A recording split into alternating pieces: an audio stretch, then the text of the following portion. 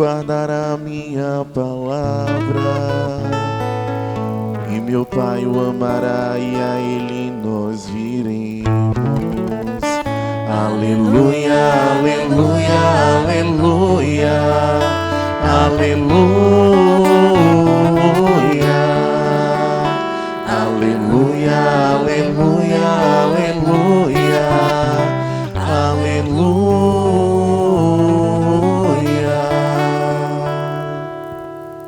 O Senhor esteja convosco. Ele está no meio de nós. Proclamação do Evangelho de Jesus Cristo segundo Marcos. Glória a vós, Senhor. Naquele tempo, um mestre da lei aproximou-se de Jesus e perguntou: qual é o primeiro de todos os mandamentos? Jesus respondeu: o primeiro é este: ouve, Israel, o Senhor nosso Deus é o único Senhor. Amarás o Senhor teu Deus de todo o teu coração, de toda a tua alma, de todo o teu entendimento e com toda a tua força. O segundo mandamento é: amarás o teu próximo como a ti mesmo. Não existe outro mandamento maior do que estes. O mestre da lei disse a Jesus: muito bem, mestre, na verdade é como disseste. Ele é o único Deus e não existe outro além dele. Amá-lo de todo o coração, de toda a mente e com toda a força, e amar o próximo como a si mesmo, é melhor do que todos os holocaustos e sacrifícios. Jesus viu que ele tinha respondido com inteligência e disse: tu não estás longe do reino de Deus. E ninguém mais tinha coragem de fazer perguntas a Jesus. Palavra da salvação. Glória a vós, Senhor. Amados irmãos e irmãs, aqui reunidos, ou que nos acompanham através das mídias sociais de nossa comunidade paroquial. Ao longo do ano litúrgico, nós acompanhamos Cristo quase sempre em embate com seus opositores. Acompanhamos Cristo, ora que é perguntado pelos fariseus, ora pelos mestres da lei, ora por outras autoridades de Israel. Sempre Cristo é colocado por eles numa berlinda, numa constante sabatina. Porém Cristo, diferentemente do que nós, talvez, porém Cristo sempre tem uma atitude de, através daquelas indagações, através daquelas dificuldades que lhes são colocadas, Cristo aproveita para ensinar. E hoje, Jesus é perguntado sobre a ordem dos mandamentos. Quais são os primeiros mandamentos? Porque na sua época haviam escolas diferentes que faziam ora uma lista, ora outra lista dos mandamentos. Porém, nosso Senhor vai ao centro da questão e apresenta os mandamentos como uma totalidade referente a Deus e referente ao próximo. Os mandamentos de Deus podem ser divididos nestas duas tábuas. A primeira tábua, os compromissos do homem em relação a Deus. E a segunda tábua, os compromissos do homem para com o seu semelhante. Então gostaria de meditar convosco, amados irmãos e irmãs, alguns aspectos da resposta de nosso Senhor. Ouve, Israel, o Senhor é o único Deus. Vivemos num mundo onde muitos postulam ser deuses, onde muitos usurpam a única autoridade de Deus. Vivemos num mundo onde várias pessoas, vários modos de pensar, vários modos de enfrentar a realidade se colocam como deuses absolutos.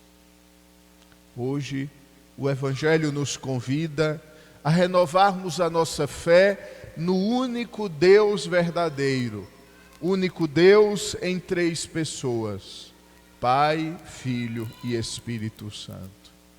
E concretamente, o que significa crer num só Deus? Em primeiro lugar, crer num só Deus significa dar a Deus o que a Deus pertence, a glória, o louvor. Por isso que coligado a este mandamento do amor a Deus sobre todas as coisas, está o santificar o domingo. É na santificação do domingo, é no consagrar um dia da semana ao Senhor, que nós nos damos conta e colocamos Deus como centro da nossa existência, como centro da nossa vida. Reconhecer a Deus como único Deus significa também deixar que a palavra de Deus tenha a primazia na nossa vida. Infelizmente, quantas pessoas católicas boas seguem esse raciocínio? Sim, na Bíblia está escrito, mas sim, os mandamentos são estes, mas estamos no século 21. Deus permanece para sempre. O que Deus disse é eterno, não envelhece jamais. As nossas palavras humanas é que envelhecem, caducam. A palavra de Deus permanece para sempre e sua validade é eterna. Por isso, reconhecer a Deus como Deus significa dar o justo lugar à sua palavra na minha vida, retirando todos mais, todos porém, e deixando que a palavra de Deus, em toda a sua força, renove a nossa existência. Por último, colocar Deus como centro da minha vida significa abandonar o modo de raciocinar do mundo e deixar que a minha mentalidade, que o meu ser, que a minha inteligência, que a minha vontade, que o meu coração haja de acordo com a lógica de Deus. E a lógica de Deus é a lógica do amor, doação. A lógica de Deus é a lógica do saber escolher o último lugar para ser o primeiro. A lógica de Deus é a lógica da humildade e da entrega. O segundo elemento que eu gostaria de tratar no Evangelho, após pedir que coloquemos novamente Deus no centro da nossa existência, o segundo elemento é que Deus deve ser amado. Deus não é um ser para ser temido. Deus não é um ser para ser visto com desconfiança. Deus quer de nós o nosso amor. Deus nos criou livres para poder amá-lo. Deus criou o inferno para que nós tivéssemos a possibilidade de dizer não a Ele. E tendo a possibilidade de dizer sim ou não, pudéssemos livremente amá-lo. O amor só sobrevive na liberdade. E por isso Deus nos criou com este dom imenso da liberdade, para poder amá-lo com todo o coração, com toda a alma, com todo o entendimento e com toda a força. O amor busca amor. Amor com amor se paga, escutamos no adágio popular. E nós somos frutos do amor de Deus e, portanto, somos chamados a corresponder a Deus com este amor. Os mandamentos não podem ser vividos apenas como uma prática legal. Os mandamentos não seriam completos se nós somente os cumpríssemos, porque nós temos medo de Deus, das consequências. Os mandamentos são um modo concreto de amarmos a Deus. Quem ama, obedece. Quem ama, entra na via dos mandamentos com alegria. No Antigo Testamento, tem uma chamada de atenção de Deus ao seu povo muito oportuna para nós. Diz Deus através dos profetas: como ousas, Israel, teres sempre os meus mandamentos em tua boca, se tu os odeias no teu coração.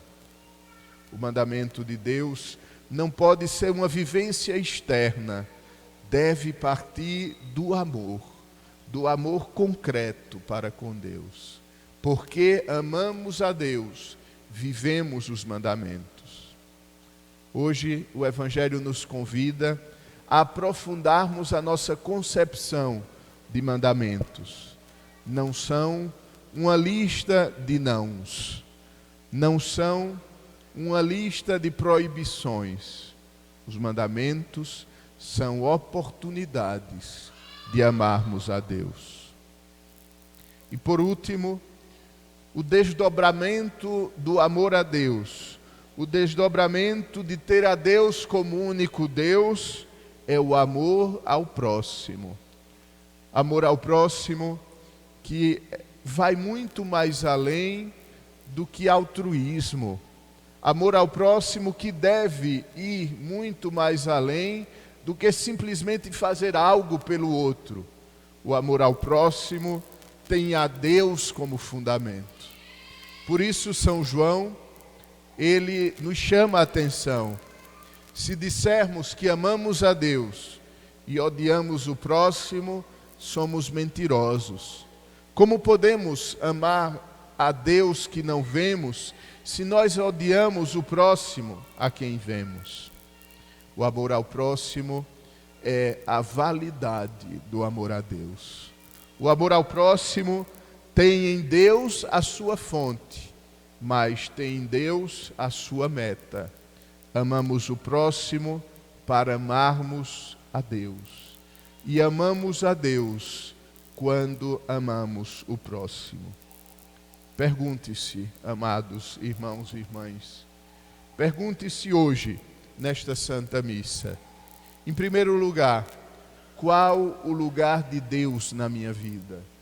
Deus é Deus na minha existência? Deus é o único Deus? Ou Deus é uma divindade ao lado de tantas outras?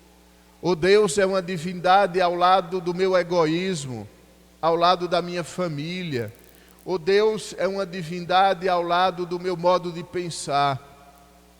Depois, avaliemos como nós vivemos a nossa fé, se ela está fundamentada no amor ou na observação estéril e exterior. Se a nossa vivência de fé é uma resposta e uma necessidade de amor. E por último, vejamos se a nossa fé, a nossa crença em Deus, encontra ressonância no amor concreto ao próximo. Não a um próximo hipotético, mas o próximo na primeira concepção da palavra, aquele que está ao meu lado, na minha casa, no meu trabalho, nas minhas relações.